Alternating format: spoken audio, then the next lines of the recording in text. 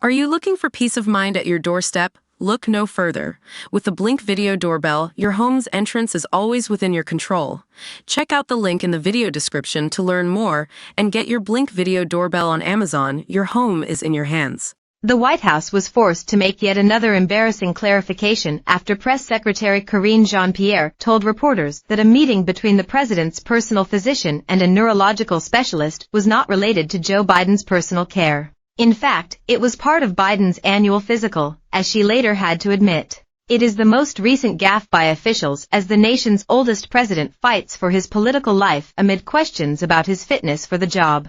The clarifications have led to a growing sense that aides are being less than straight with reporters. On Monday, Jean-Pierre had to explain why she told reporters that Biden, 81, had not been checked out by his doctor after his disastrous debate when in fact he had been seen by Dr. Kevin O'Connor. Then a day later, she had to issue a statement admitting that Biden had met neurologist Dr. Kevin Kennard for an exam despite telling reporters the opposite at a briefing hours earlier. Because the date was not mentioned in the question, I want to be clear that the January 17th meeting between Dr. O'Connor and Dr. Kennard was for the president's physical, Jean-Pierre said in a statement to the AP. It was one of the 3 times the president has seen Dr. Kennard, each time for his physical.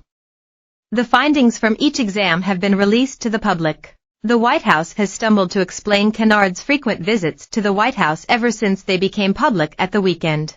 On Monday, Jean-Pierre refused to even confirm his name, citing security and privacy concerns, sparking fury among reporters who pointed out that the visits were reported in visitor logs. A day later, she was still struggling with questions about the nature of his visits. Can you say whether that one meeting, between Kennard and O'Connor, was related to care for the president himself? She was asked. Jean-Pierre replied, I can say that it was not. Her subsequent clarification will do little to ease the sense of crisis enveloping the White House nor the sense that its press operation is not selling his side of the story. Biden has been under intense pressure to end his re-election effort ever since he delivered a stumbling debate performance last month, filled with awkward silences and non-sequiturs. George Clooney became the latest high-profile supporter to demand he stand aside on Wednesday.